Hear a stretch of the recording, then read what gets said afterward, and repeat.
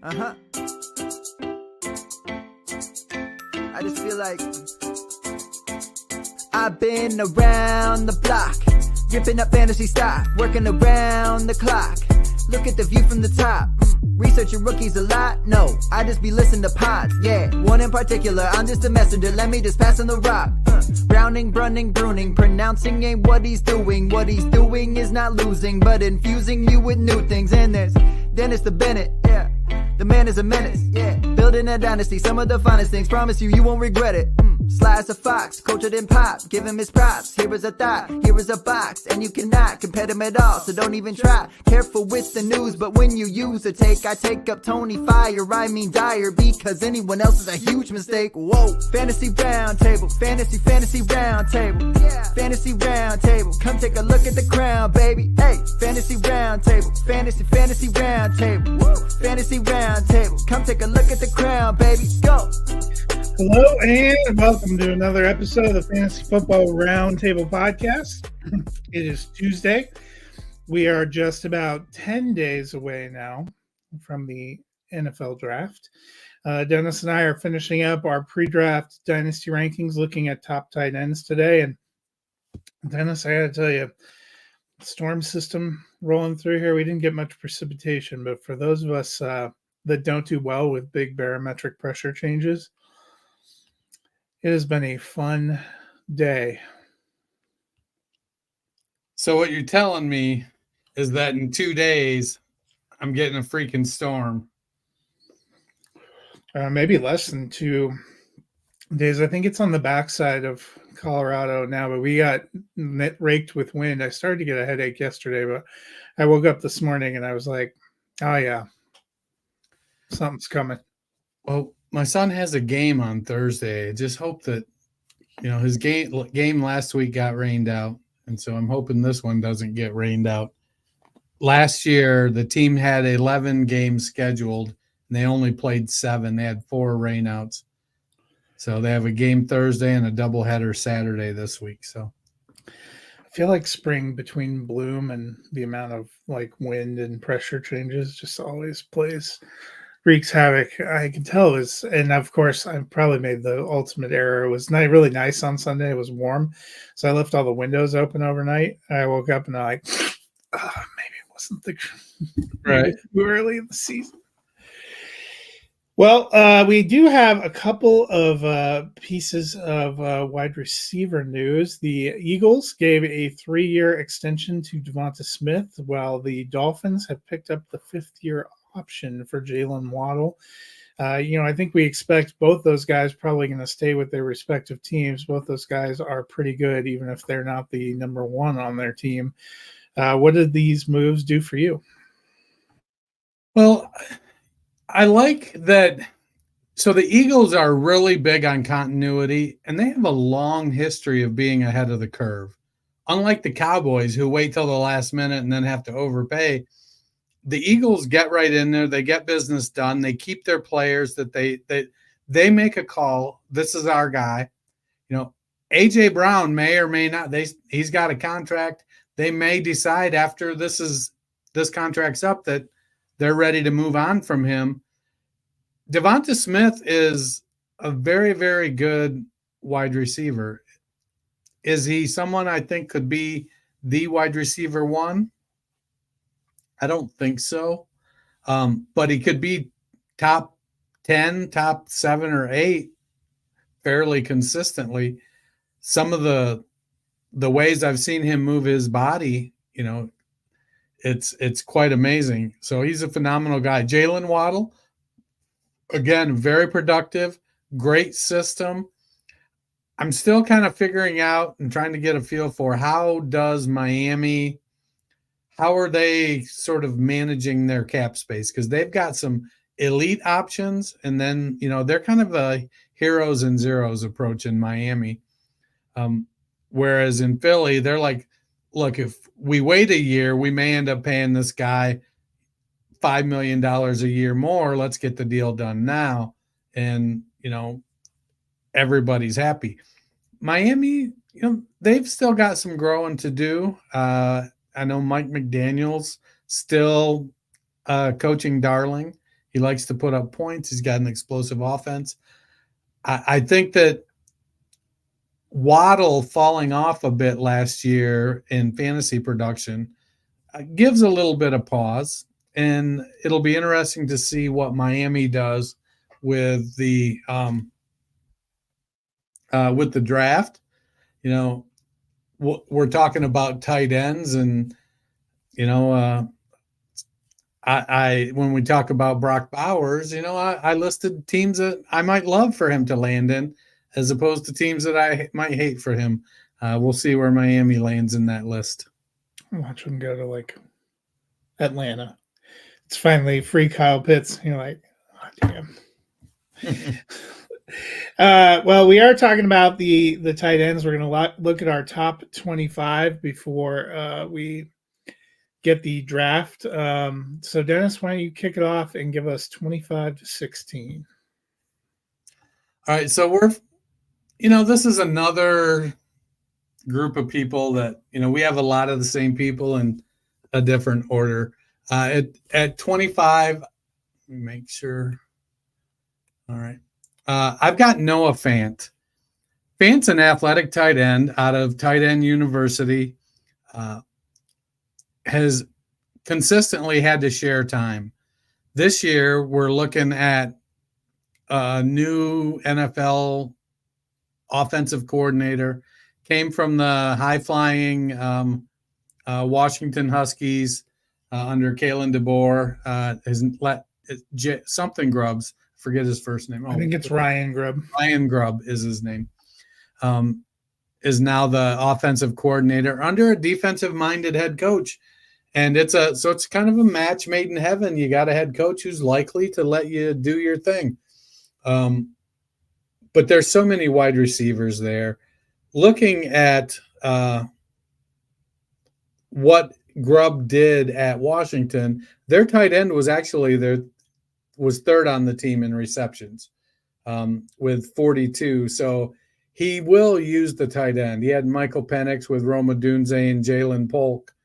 And their tight end, I forget what his name was, but he was third on the team in receptions, which I wish I'd have maybe gathered that piece of information before I put Seattle on the hate list. But I still think there's concerns about how well that coach handles the transition to the NFL. At 24, I have Tyler Higbee. He's coming off an injury. He's 31 years old. He's been productive. He's somebody that, honestly, looking at the tight ends, is like, who am I really going to move ahead of him? Irv Smith Jr., Harrison Bryant, Greg Dulcich. These are all guys I'm looking at. I'm going, I don't know. There are a couple of guys I think could push him out, but right now I'm not ready to rank them over Higbee at 24. At 23, I got Jonnu Smith. He's a zombie tight end. Landed in Miami. He could be the tight end there, and because of his athletic ability, there's the potential he could be the number 3 option on that team. But with the explosiveness in the backfield and the ability of Achane and Mostert to catch passes, he may end up being a 0 again. 22, I've got Darren Waller. I feel like he's going to retire. He's got one foot out the door. Injuries have been adding up. I think he looks around the Giants and he's like, yeah, man, we're just not very good. And so it feels like Waller is going to hang him up. But if he does it, he's older now too. He's lost something due to injury. He's still like, I was looking at, I don't know if you've ever used Kentley Platt's relative athletic score calculator and comparison tool. So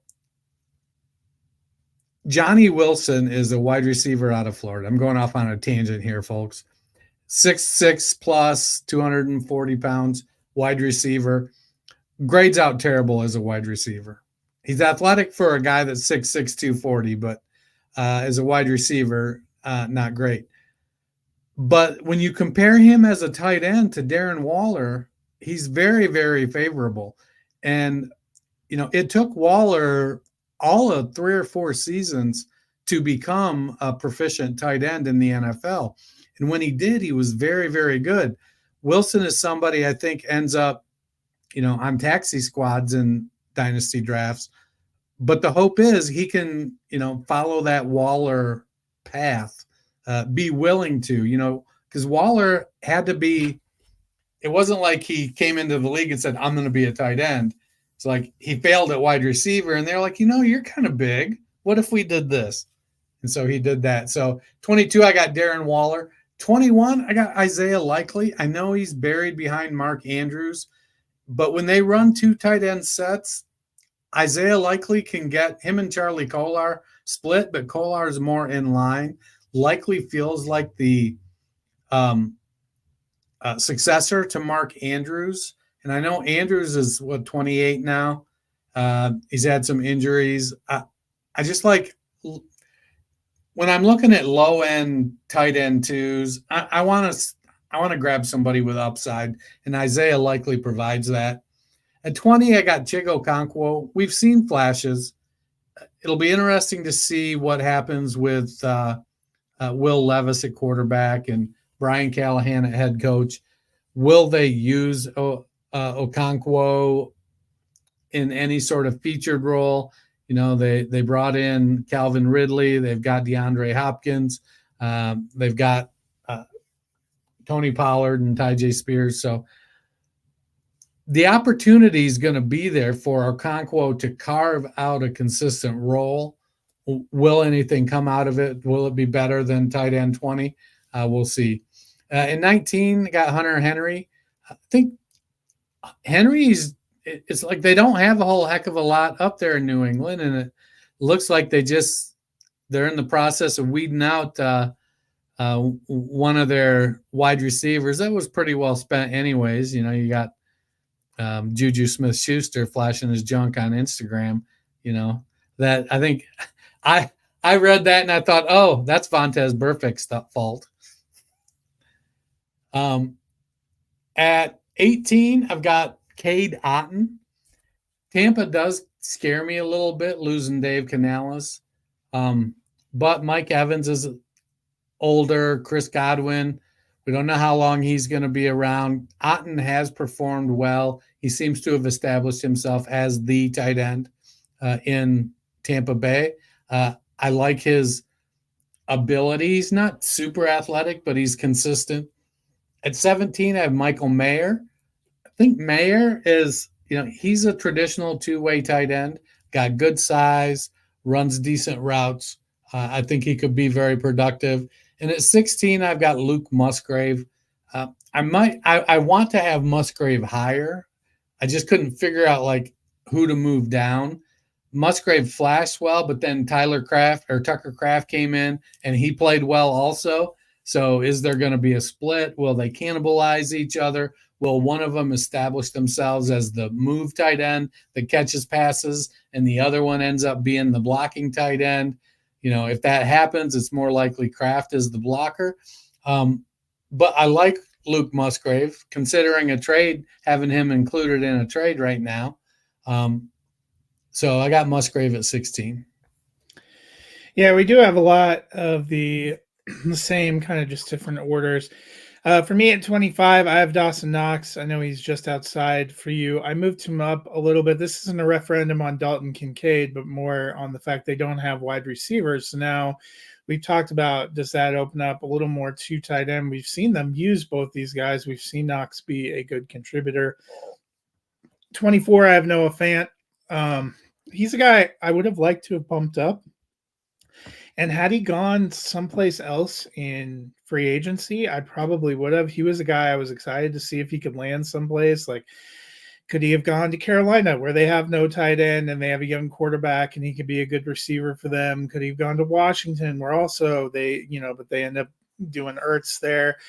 There was some thought that Denver was going to try to reacquire him. I think he'd be better than Troutman or Dulcich there. It's not that he's not the best tight end in Seattle. It's like what you said. They have 3 really good receivers. They have 2 good running backs. and they have Geno, and I just don't think there's enough volume, so he ends up where he ends up. I have Higbee at 23 coming off an injury. You're right. They've continued to keep adding tight ends, which I find interesting. I think he has a role, but he's like the consummate guy where you start him every week, and 1 week you're thrilled because you got 20 points, and several weeks you're bummed because you got 3, 2, or 1 point. Because they added up to 20 points. Yeah.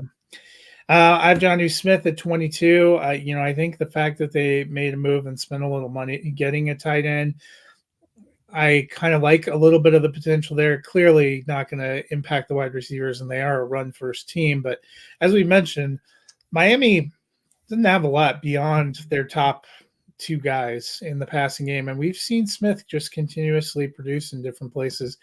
I have Luke Musgrave at 21.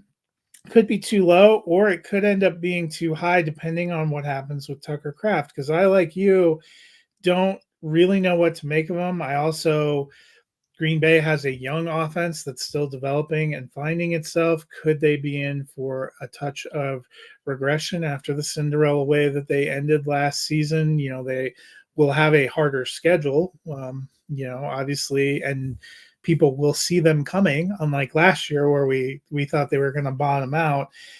And so, Musgrave, I have Tucker Kraft up a little bit higher than you do too, just because I'm not totally sure who's going to be the guy there. Our friend Matt has been on it since the draft that he thinks Tucker Kraft is a better pass catcher and will end up being the better fantasy relevant option. Both of them had their moments. I thought Musgrave looked good at times last year. So I still think a little more information needed. You mentioned Darren Waller. I'm super nervous about him too. It's just been all negative signs. And honestly, with the dumpster fire that is the Giants right now, as much as I like Brian Daboll, I'm not bullish on any part of their team. I wouldn't be surprised to, I know the trade was kind of a blow to him. Didn't he get traded on his wedding day to a basketball player who plays in Las Vegas? So Right. Feels like maybe not the greatest fit either. I don't know. Number 19 for me, I have Michael Mayer, and that he's somebody I would love to see take a leap, but Las Vegas is another team I don't have a great feel for. I think Mayer has potential, but they have a couple of receivers. What are they going to do? Also, what is their quarterback situation going to be? I know of the 2 that are on there, I've thought Minshew is going to be the guy. You think O'Connell's going to be the guy. I also think there's a strong possibility they're taking somebody. Yeah, they're taking somebody in the draft, and who knows. I have Chigakonkwo at 18. I think he's a great, steady producer, but that team has been suddenly loaded with weapons. So I think that puts a little ceiling on him. Hunter Henry at 17. He's talked about a continuously steady producer for New England. We still don't have a great feel for what that offense is going to be, but I think them re-upping on a multi-year deal felt good to me. And then at 16, I have Cade Otton. I've liked the kind of production that we've seen from him in Tampa Bay. You've mentioned what will this offense be like with Dave Canales gone. That's a fair question. They did bring back Mike Evans, so they basically, Evans and Baker are back. They brought the band back together. Is that going to be a good thing or a bad thing? Probably means Otton's to what he is, which is a tight end too. So why don't you jump through 15 to 6? All right, starting at 15. What with Dalton Schultz? It feels like he would be so much higher if they hadn't gone all out on wide receivers. He would be. He had a good year. He had some good years in Dallas. I think he fits what the team wants to do, and potentially I could see him hopping up a few spots even. But right now, it feels like Houston's going to throw the ball a lot, but they also have a lot of targets. And then they went out and got Joe Mixon to run the ball, who fits that offense really, really good. And so it's one of those things where if their defense is any kind of good at all, they could get up by a couple scores and then turn to Joe Mixon and end up just, causing the pass catchers to not be as great for fantasy as we hope. 14, I got Jake Ferguson. This one was a little bit, it was, this next stretch of 3 or 4 guys was pretty challenging for me. Ferguson was young. He played well. He isn't the most athletic tight end on the team, but he did go in there and take that job. And that's good. Dak Prescott, they let Michael Gallup go. Brandon Cooks is getting older. CeeDee Lamb is not attending voluntary workouts because he wants a shit ton of money. Dallas is going to have to pay some people, and it feels like they're all in to let Dak play out his contract and basically say, look, you either take us deep into the playoffs and we'll reward you for that, or go ahead and play out this contract and go get somebody else's money, and we'll start the clock over. In which case, I don't know what that means for Ferguson. So that's probably why. That's really what put him at the back of this group. At 13, I've got Dallas Goedert. I had Goddard higher initially, and the big rub for me is they've got 2 fantastic wide receivers. They brought in Saquon Barkley, who, to be fair, probably hasn't achieved quite the levels of production that we've expected over the years based on just the raw ability that he has. But he's still one of the top backs in the league. They've got a quarterback that scores a lot of touchdowns on the ground, can run the ball well. And Goddard is surprisingly like 29 years old. So he's a little bit older, and I feel like we're at that, he's got another year or two, but he's got a lot of things going on around him that could really limit him. And so that's why I put Pat Freiermuth at 12. Freiermuth is almost 4 years younger than Goddard. And at 25 years old, I get that Pittsburgh is kind of a hot mess right now with Russell Wilson and Justin Fields, and who the hell knows what's going to happen there. Deontay Johnson got lippy and they shipped him off. He's got the monster Darnell Washington nipping at his heels. But it feels like the opportunity, if they run 12 personnel, Freiermuth is going to be the move guy, I think. While Washington is athletic for somebody his size, he doesn't have quite the speed that Freiermuth does, or the agility that Freiermuth does. So I went ahead and I stuck him here at 12. At 11, I got David Njoku. He's been in the league for, 16 years now, and he's still just 24 years old. It's what it seems like sometimes. Super athletic. His position is not threatened by the wide receivers or the running backs. He's going to get his value. He's going to get lots of red zone opportunities. Seemed to improve his drops last year.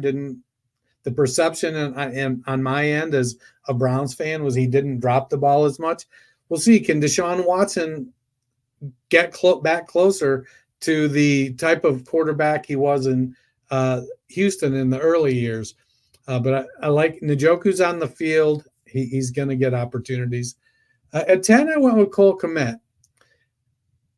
I got to be honest, I'm not really scared about Gerald Everett. I think Kmet has established himself with the coaching staff, real good size, good athleticism. He probably has a little bit of Njoku in his hands, but I think he's going to be the guy at tight end. And if he can develop that chemistry, that safety net with Caleb Williams, because that's who I believe the quarterback's going to be, I think that bodes really well for Kmet. He was able to develop it with Justin Fields, and Fields doesn't use the tight end a lot. So we'll see. I mean, they brought in Keenan Allen. They've got DJ Moore. They brought in DeAndre Swift. So there's definitely more talent trying to take slices of the pie. But I like Cole Kmet.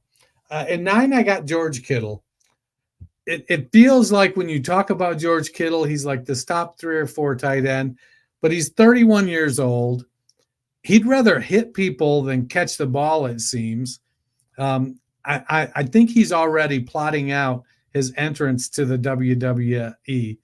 And so as much as I want to be able to move Kittle up, I just couldn't justify it. He's older, very productive, but he's got a ton of weapons on the team. He could give you 40 points. He could give you 4 points. And more often than not, he's going to be in the 10 or under range. Evan Ingram at 8. This one was a little challenging because he's getting a little bit older, but it feels like he's established.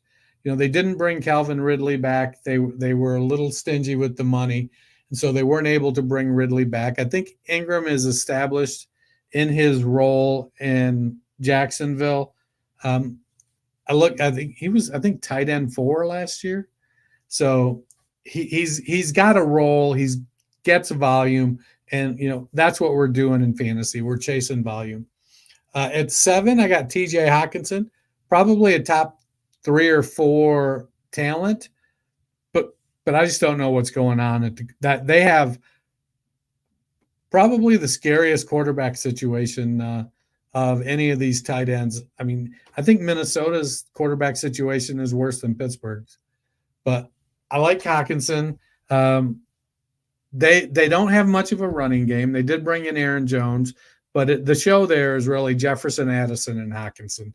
And so we'll see whoever the quarterback is, whether it's Sam Darnold, whether it's Bo Nix or Michael Penix or somebody else. We'll kind of see what happens going forward.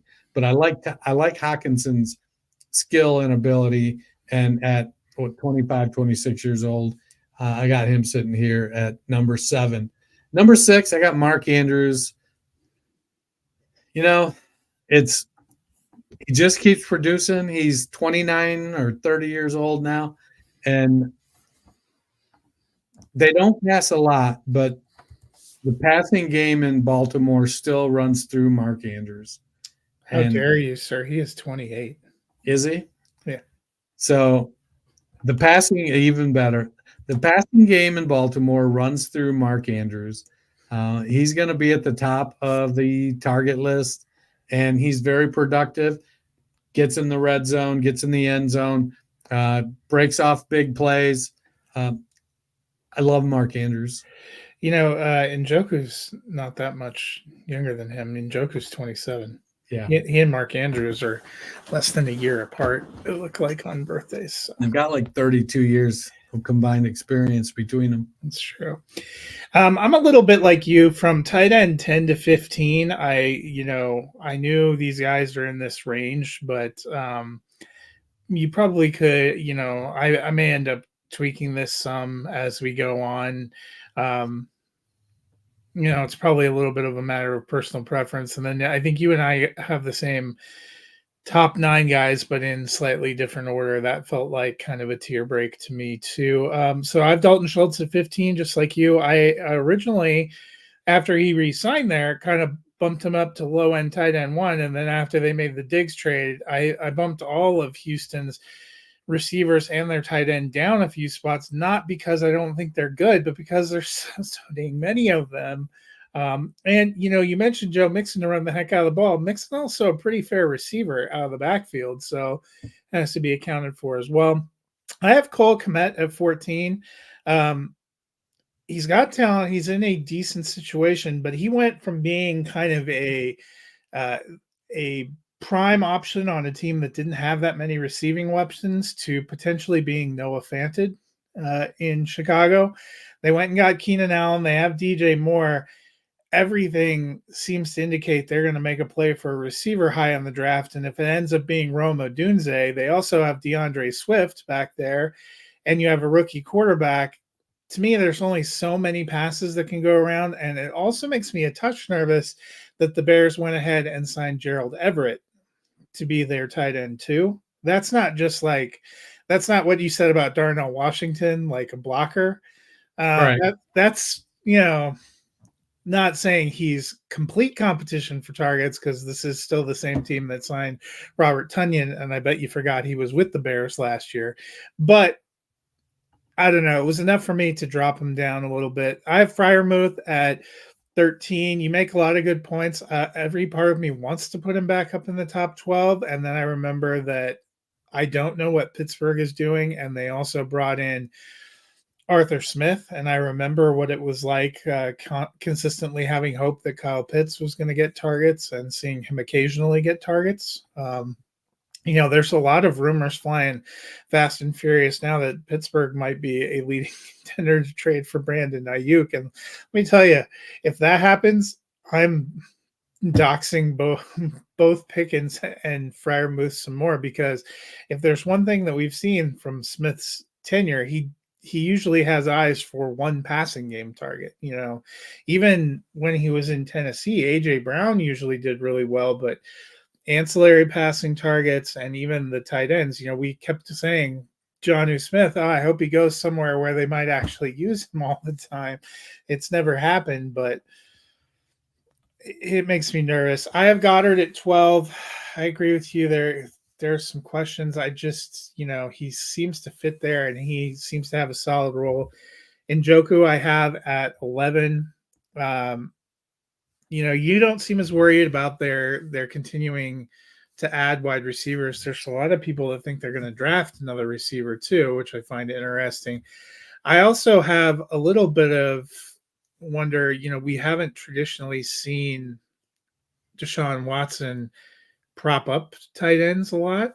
He's done pretty well with wide receivers, but we've noted before he hadn't in Houston checked down a lot to backs or to tight ends. It feels like it feels like Njoku has 10 years of service. It feels like it's been a hot decade since Deshaun Watson played every game and was relevant in fantasy too. So I think there are still a fair number of questions for the Browns offense in general, even though I like Njoku's talent and I loved how he stepped up, but stepping up down the stretch last year was not with who's going to be throwing him the ball at all this year. Because if it's not Watson, it's going to be Jameis Winston, and who knows.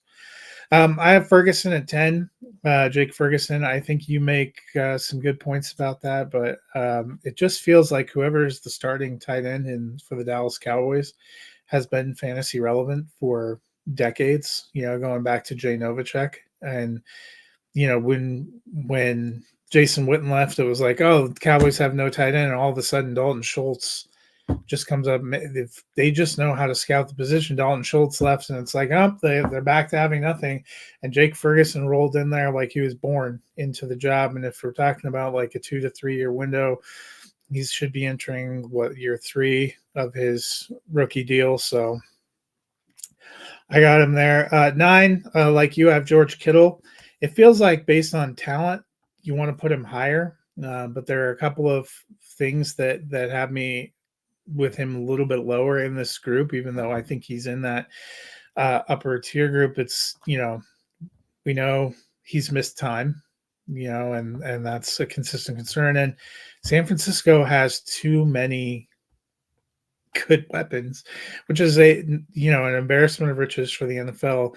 But that drops him a little bit. I have Evan Ingram at 8. I think he's been great. I think he fits really well with Jacksonville. He might have been there. He and Christian Kirk are the most consistent pieces of that offense, or have been the last couple of years. I have Dalton Kincaid at 7. I like him. I like the potential. I thought he was developing Dalton Kincaid. I thought he was developing into a nice groove, but I did not. So I have 3 younger tight ends on top, and then I have 3 who have been our veteran kind of at the top of the heap for a while in the middle. And then I have Kincaid. I wasn't moved quite enough to vault Kincaid over that group. And so then at 6, like you, I have Mark Andrews. I like what he's done, and he seems to be rock solid, even though you disparaged him, said he was getting close to 30. Don't put that evil on that man. He's 28, and hopefully he can go for a few more years. Been a real consistent producer in fantasy.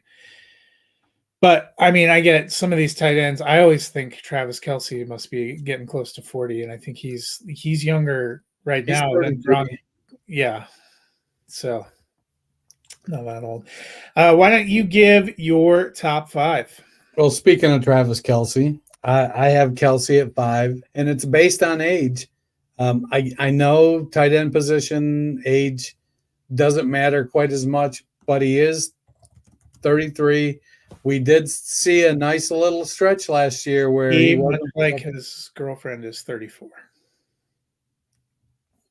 okay. Yeah, Kelce in 1989. Yeah, he's still a great tight end. He's still going to get lots of opportunity. He's still going to be the leading option on the Chiefs until he's not. And that's what lands him in the top 5. Everybody I have over him is the second and third year guys. So Kelce, phenomenal talent, legend, Hall of Famer, fantasy legend, fantasy Hall of Famer. He was a league winner. He was one of the true difference makers at any position for fantasy. I just think we're starting to see the consistency start to wane a little bit. That doesn't mean he's not going to be good or that he might not finish, top 2 or 3 this year, but the opportunity for him to not finish as good is presenting itself more and more. Number 4, I went with Dalton Kincaid, young guy, and honestly, his competition for being at the top of the target list is going to be a rookie wide receiver.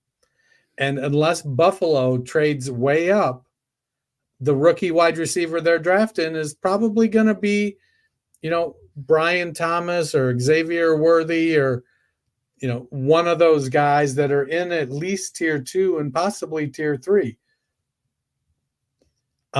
Kincaid, you had Dawson Knox at 25. He was probably one of the hardest guys for me to not include in my top 25 because when I look at what Buffalo has on offense, I can see them running Kincaid split out and Dawson Knox at tight end. And we've seen Dawson Knox be productive. So I think Kincaid is going to be I think he's going to be the new Travis Kelce. I think that's exactly McDermott is looking at what Kansas City has done. They've got Josh Allen, who's a bigger, more mobile Patrick Mahomes, and they're going to work on that ad lib stuff so that Josh doesn't run and take as many hits. And Kincaid is going to be the answer to that, I think. And number 3, I got Kyle Pitts. I'm still enamored with the talent, the athletic ability. I'm hoping Kirk Cousins brings him to fruition, and we get to see his true potential at the tight end position. And number 2, I went with Trey McBride. I'm not a Kyler Murray fan, but it's going to be McBride and Harrison atop the pecking order in Arizona. And I think it's, we saw McBride. He was just a vacuum last year. He was just sucking up targets from Murray and from anybody else that was out there. I think we're just going to see him take the next step. As hard as it was for me, I put Sam Laporta at number 1. And the reason it's hard is much like Kincaid, they're going into their second year. They've only done it for a year. Would it be uncommon for them to never, either one of them, to never have a top 5 finish again?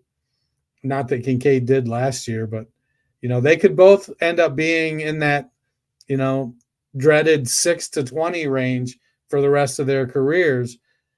It doesn't feel like that's what's going to happen. It feels like they're both going to continue to stay atop the tight end rankings. Laporta was just so productive. Right now, I don't know what Detroit's draft plans are. It looks right now like Jameson Williams is going to be the wide receiver 2. He has not been consistent. Jahmyr Gibbs, David Montgomery, Amon-Ra St. Brown, and Sam Laporta are the top of that offense for Jared Goff. And Laporta, unless he has some severe regression, kind of like, Mike Williams did, where, 1 year he caught 10 touchdowns and next year he caught 0 or 1 or something. 1 year he catches 1,100 yards and next year 600 yards, but, 600 yards and 10 touchdowns, 1,100 yards and 1 touchdown. So, but I've got Laporta at number 1. All right, so for me at number 5, I have TJ Hawkinson. There are questions about quarterback for sure in Minnesota, maybe offense in Minnesota, but he didn't have Kirk Cousins most of last year, and he still finished with 14.6 points per game. Tight end 3 had 0.4 points fewer than Travis Kelce last year. I think TJ Hawkinson is a great fit there. I think he and Jefferson will find a way to make it work. I'd be more concerned, and as was belied in our discussion of wide receivers, about Addison in this particular situation than I am about those two. Number 4, Travis Kelce. It's kind of like you. He's getting older, and also last year, for the first time, I think in a long time, not that we saw like signs of a fall off necessarily, but he came back to the pack. He still averaged 14.6 points per game, and among tight ends, he and Hawkinson were tied for the best points per game average. Laporta about 0.5 points behind them. But Travis Kelce used to be so dominant at that position, it wasn't even funny. Now he's come back a little bit. He's getting older. I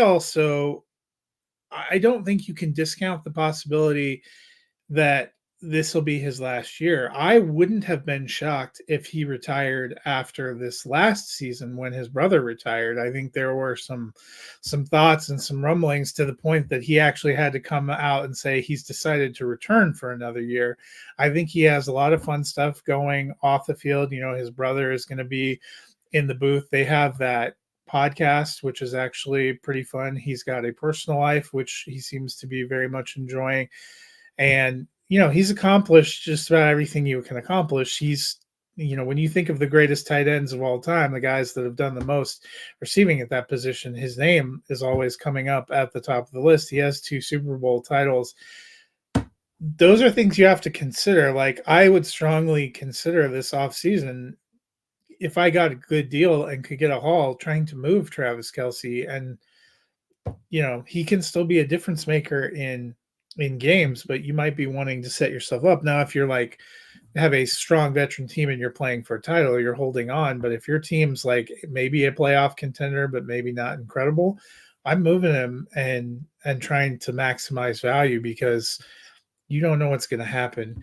Top 3, I have the young guys. I have Trey McBride at 3. I loved what we saw from him and Kyler Murray. What happens with their receiver mix? What happens with everything else going along? He seemed to have better chemistry with Murray than they had at the beginning of the year. So those are positive signs. I wouldn't be shocked, like you said, if he ends up as the tight end 1. But, you talked about Laporta and Kincaid. We've only seen them do it for 1 year. Trey McBride, because of we've only seen flashes in 2 years. It's not like we've seen great consistent times because you haven't had all the players and the pieces on the field. Number 2 is probably my most speculative move, and it's Kyle Pitts. Going into year 4, I think, man, this is his time. Kirk Cousins coming in. If we have Kirk Cousins that we've had before, I think it's he and Drake London potentially to the moon. The talent's been there. We've seen him put up 1,000-yard season. We've seen him put up big games. It didn't seem like he always got consistently used by his coaches. And the hope springs eternal that that's finally going to change. When he was coming into the league, we thought he was going to be a game changer at tight end. And unfortunately, in the situation where he was drafted, we haven't always seen that opportunity. So, and then I, like you, have Laporta at number 1. I think after the year that he had coming out and the way he just seems to fit that Detroit offense like a glove, he gets that respect. But honestly, with any of those top 3, I wouldn't be shocked to see them take off. And I also wouldn't be shocked to see either Kelce or Hawkinson finish as tight end 1 again, because they were all bunched up there last year. So before we get out of here, I thought I would ask you a couple of questions. Who is somebody not in the top 25 that was the toughest cut for you? So, we're doing dynasty rankings, and so we're looking 2, 3, 4 years. With tight ends, I think we look a little bit further out. One guy I've got an eye on that I kind of am trying to pick up here and there, just to throw at the end of my bench and see what happens, is Brenton Strange down in Jacksonville. So I know he's backing up Evan Ingram. He's not a threat to Ingram right now, but he had a 9.09 relative athletic score out of 10. Very athletic. Ingram will be 30 going into 2024. Has 13.5 million in dead cap left after 24. So that's a kind of high number, but we've seen teams, move on. They could put him as a June 1 next year and spread that out over 2 years. Strange's final year in college, he caught 32 passes, but the team only averaged 20 passes a game, so it wasn't like they were throwing the ball a lot. So I think Brenton Strange is somebody that, I've got him sitting at 28 right now. He was a rookie last year. Somebody I got my eye on. I'm like, now you're looking at the Juwan Johnsons and the Chigo Conquos, guys like that maybe flashed real good athleticism, but didn't pan out. I think I'm ready to move on to Brenton Strange from those guys. Mine is Isaiah Likely, and I almost had him up in the top 25. I know you had him in the top 25. Just the path to consistent targets right now is blocked. If Andrews misses time, we've seen him step in there. Could they start using more two tight end? They could, but we haven't really seen an inclination of that in this offense. I also think there's still questions about what Baltimore plans to do at receiver. They did not re-sign Odell Beckham Jr. They might be more bullish on Rashad Bateman than either of us. I like Zay Flowers for what he is. I feel like they could use another piece in there. So just still some questions for me. And, in a couple of years, maybe he gets to go to a situation where he's the guy and we get to see it. But he could also just be our new Donald Parham, where we love him and we know if he got a chance, he could do it. But, when are you going to feel confident about that chance?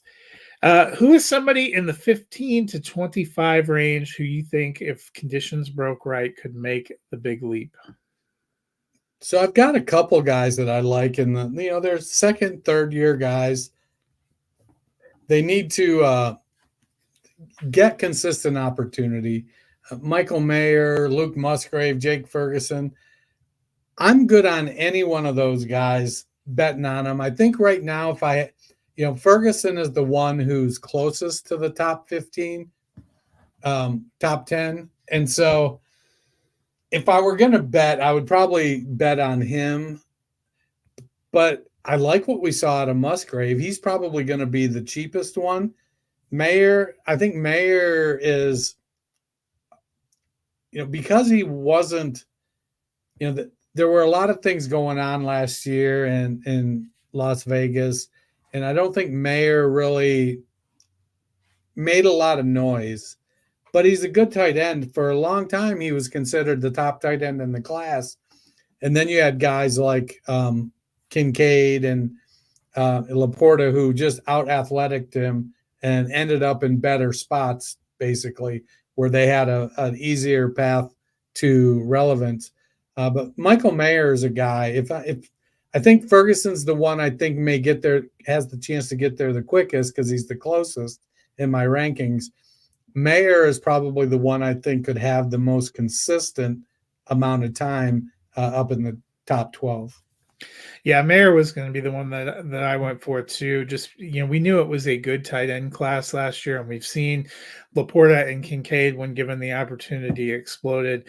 Mayer had a couple of good games when they actually featured him, but they also had veterans there and going through coaching changes and quarterback changes. If he can develop in into a good spot, I might end up liking him better than even Jacoby Myers in that offense, but we have to see. They moved on from Hunter Renfrow. Maybe that opens up some more targets. We still don't know what they're doing at running back, at quarterback. They're just questions for me about Las Vegas's offense in general, but I still like Mayer as a prospect, and I think there's some potential.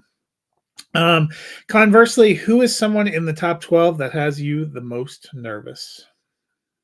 So there are three guys, and they're all like TJ Hawkinson has me most nervous because of the quarterback situation.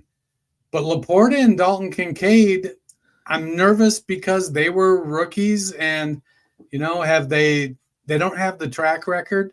But I feel like they both have established who they are. And Hawkinson has too, but that quarterback situation in Minnesota is a mess going into this year. I want Sam Darnold to do well, but the odds are they're going to go up and get Penix or McCarthy or Bo Nix. They're going to grab one of those guys. It's going to be, and we've seen it before. Just because you're a high rookie quarterback draft pick doesn't mean you're good. Any one of these quarterbacks could bomb. Mine's Kyle Pitts. We've loved the talent. We've seen the flashes of it. I think he has great potential. I vaulted him all the way back up there, but what if Kirk Cousins doesn't come back the same? What if, we have seen, unfortunately, with the highest of hopes with Kyle Pitts, him ending up in that high end tight end 2 range a lot, finishing as a tight end 13 last year. He was tight end 14. So I'm hopeful we finally get to see the explosion, but sometimes it just never happens. And there's always that chance. Last question for you. I don't think there's more than one guy we would probably think has a great shot of vaulting in there, but Brock Bowers feels like he's definitely in the top 25, could probably end up in the top 12 in a good situation. How are you feeling about Bowers going into the draft? There's definitely concerns about him being on the field because he's not a big guy. He barely pushed in at 240, 6'3", but man, he is so athletic and so good with the ball in his hands. If he goes somewhere where they basically just don't ask him to block much, like have him block like a wide receiver.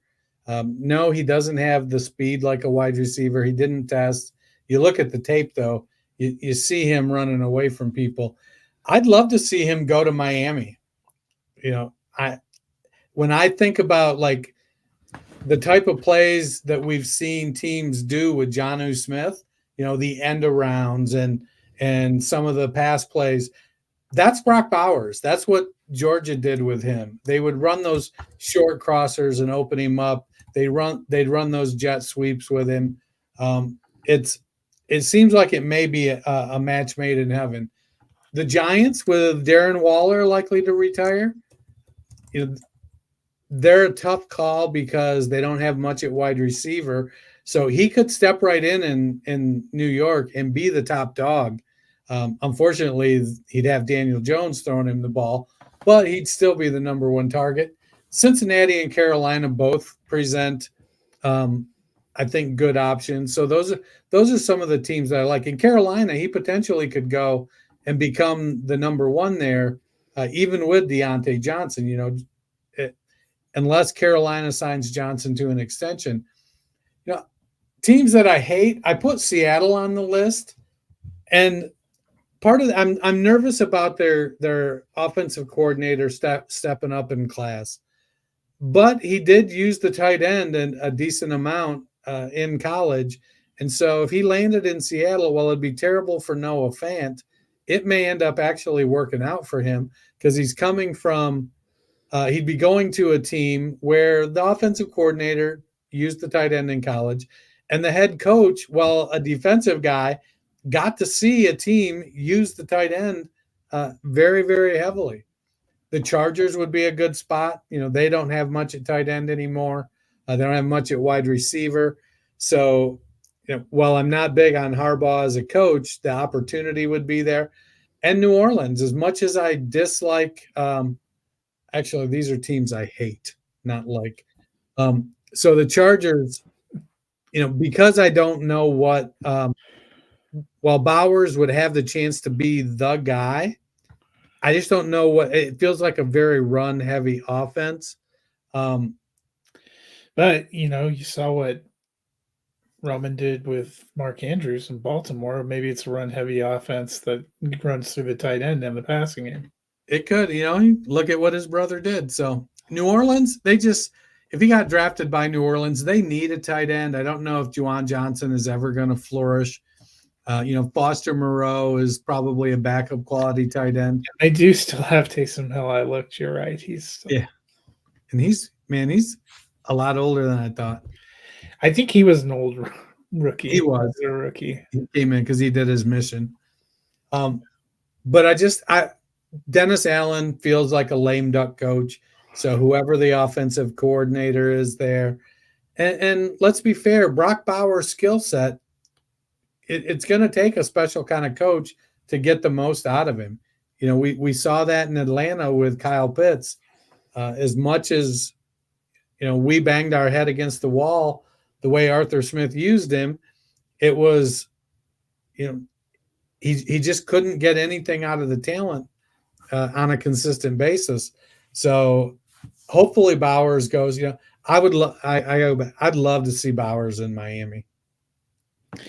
Yeah, I just don't think Miami's a player for a couple of reasons. I don't think that they want that high profile of a tight end. I also think they're too far back in the first round unless they want to make a massive move up. I think Bowers is going inside the top 15 picks. I actually think, so I've thought about it a lot. I kind of think he might end up with the Jets. Maybe I just keep trying to put Bowers in the best possible situation because we didn't draft him in that first mock draft. And on my part, none of the teams that came up for me did I think it made sense. I thought you were doing the same thing. You're like, I don't think any of these teams are going to take him. I'm like, man, I would have. I think that there's a possibility he goes to the Jets. I actually think there's a possibility he goes to Denver. I think there's a growing sentiment among some, including myself, that Denver's not going to take a quarterback in this draft. In which case, there's also every possibility that freaking George Patton takes a cornerback at 12, which might be what we need to get him out. But a lot of mocks have them taking like Quinion Mitchell, and not that I think he's a bad player, but I'm like, okay. Well, nobody's going to be able to move the ball on Denver, maybe, but they also won't be able to move the ball on anyone. So a lot of 6-5 games in my future. But that'll I'd rather win ugly than lose pretty. Yeah. That'll do it for us. How about losing ugly? Because that's more like Denver. That'll do it for us today. As we move the next 2 episodes, we are going to be getting you ready for the draft. On Friday, we are going to be looking at our quarterback and running back rankings heading into the draft, and we will be doing a rookie Superflex mock. Be on the lookout on Friday. We'll blast out a link for anyone that wants to join. It's going to be 12 teams. I'll do 4 rounds. We will kick that off in the early afternoon so that we are hopefully mostly through it by the time we get on air, so we can break down the pre-draft landing spots. On Tuesday, we will be looking at receivers and tight ends, and we will do a rookie mock. I'm just going to do 3 rounds, 12 picks for that one because we are going to do single quarterback. And so you can look for invites to come out if you like being part of the draft process. We love having you guys on there. Making picks should be a lot of fun. But Dennis, if the people are looking for something to fill up the lonely, I almost thought it was Friday. I just had the saddest realization it's Tuesday. If they're looking for something to fill up the lonely middle part of the week, or if like me, they thought it was Friday and they've mentally spaced out, what can they do? Well, they can go to the Spotify podcasts or one of those other non-Google podcast platforms. seek out the Fantasy Football Roundtable. Hit that subscribe button. Give us a like. Leave us a rating and a review. That helps move us up the charts. Well, that'll do it for us today. You guys have a wonderful Tuesday night.